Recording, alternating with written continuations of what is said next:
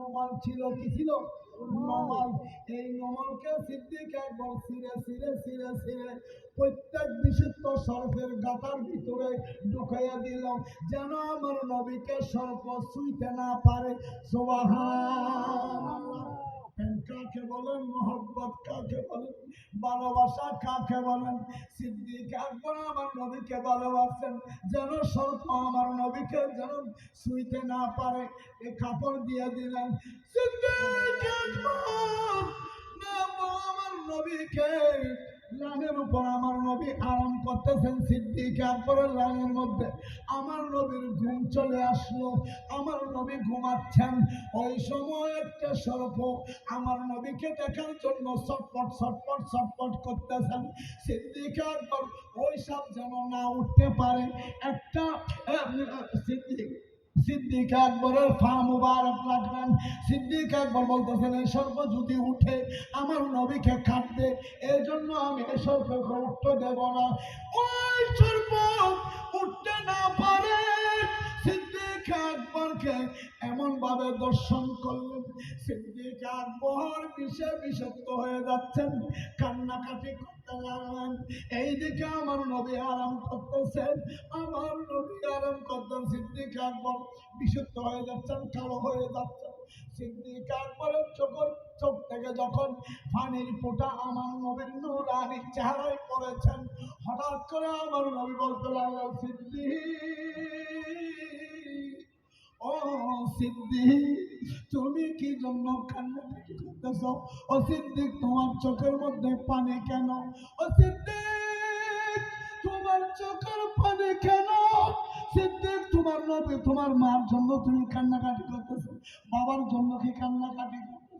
তুমি কি জন্য কান্নাকাটি করছো? স্ত্রী পুত্রের জন্য কান্নাকাটি করতেছেন।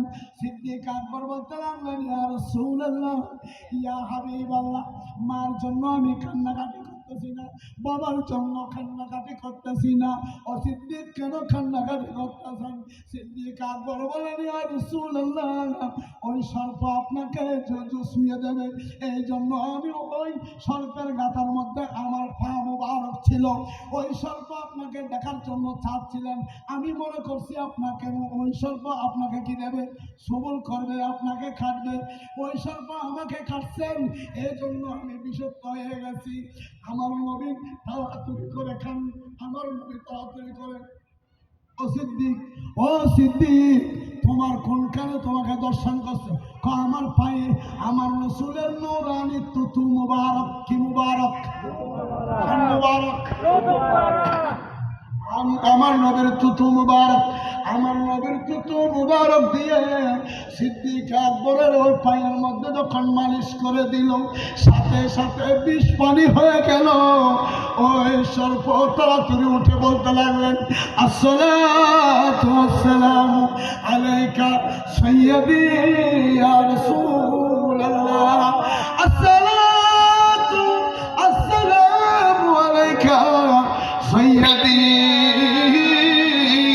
ইয়া হাবিবাল্লাহ, আসসালাতু ওয়াসসালামু আলাইকা সাইয়্যিদি ইয়া রাহমাতাল লিল আলামিন, ইয়া রাসূলুল্লাহ, ইয়া হাবিবাল্লাহ, ইয়া রাসূলুল্লাহ, আমি এখনো স্বপ্ন, অনেক যুগের সাপ, আমি আপনাকে একবার দেখার জন্য মায়ের চোখে, আমার এই সাপের চোখে, মায়ের চোখে দেখার জন্য আপনাকে, আমি সাপ অনেক দিন গর্তের মধ্যে বসে আছি, কোন সময় আমার নবী আসবে, আমাকে একটু দেখা দেবে, এই জন্য আমি আর উঠতে পারি না। সিদ্দিক আকবরকে আমি দর্শন করি, ইয়া রাসূলুল্লাহ, আমাকে ক্ষমা করে দাও, মাফ করে দাও।